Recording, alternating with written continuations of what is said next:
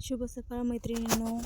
आज आहे दत्त जयंती आणि दत्त जयंती ही गुरुवारीच आलेली आहे आणि महालक्ष्मीचा सुद्धा गुरुवार आहे. आज पौर्णिमा पण आहे. तर बघा आज किती शुभ दिवस आहे.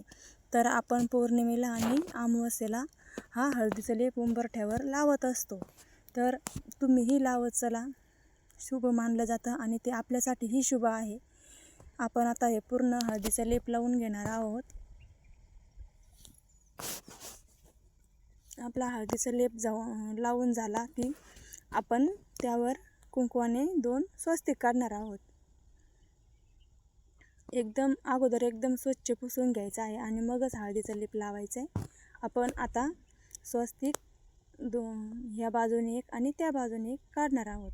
तर स्वस्तिक हा कधीही उलटा काढण्याचा प्रयत्न करू नका. ती चूक होऊन देऊ नका. स्वस्तिक सुद्धा एक शुभ आहे.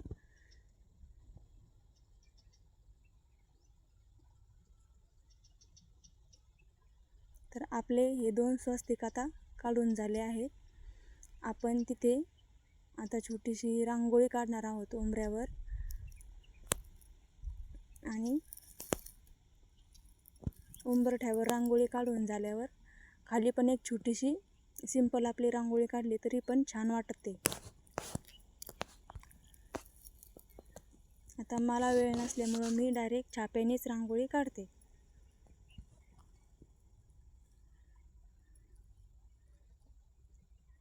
जमलं तर तुम्ही छाप्यानेही काढू शकता आणि हातानेही काढू शकता.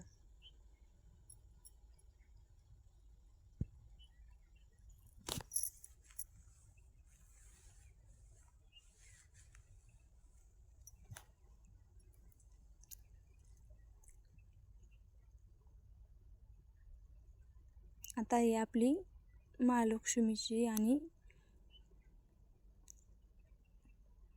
ते लक्ष्मीच्या पावलांची रांगोळी काढून झालेली आहे. तर आपण आता खाली छोटी सिंपल रांगोळी काढूया.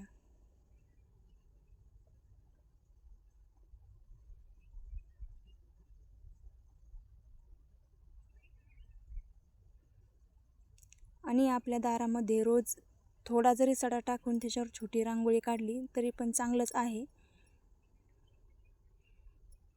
आपल्या माणसांना कुठं बाहेर जायचं असलं तरी ते शुभ असतं.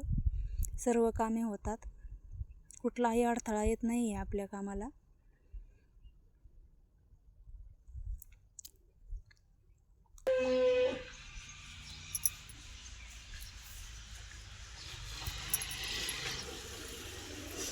आणि आता आपण आमच्याकडे गावरान गाय आहे त्याच्यामुळे मी गावरान गाईच्या तुपाचाच दिवा लावत असते. आणि तुम्हीही लावत चला. शक्य झाल्यास गावरान गाईच्याच तुपाचा दिवा लावा. यूट्यूबला बघितली.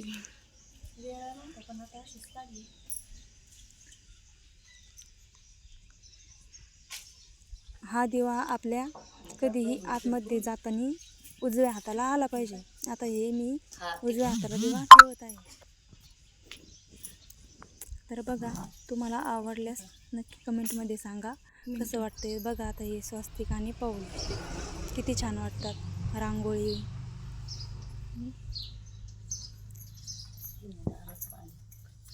आणि मी आता बाहेर पण सगळं व्यवस्थित स्वच्छ करून घेतलं आहे. सडा वगैरे टाकला आहे, धुवून घेतलेला आहे. त्याच्यामुळे एकदम आज फ्रेश वातावरण वाटते आणि दिवस पण शुभ जातो. कोणाच्या काही अडचणी वगैरे येत नाही, कामात काही व्यत्यय पडत नाही. तर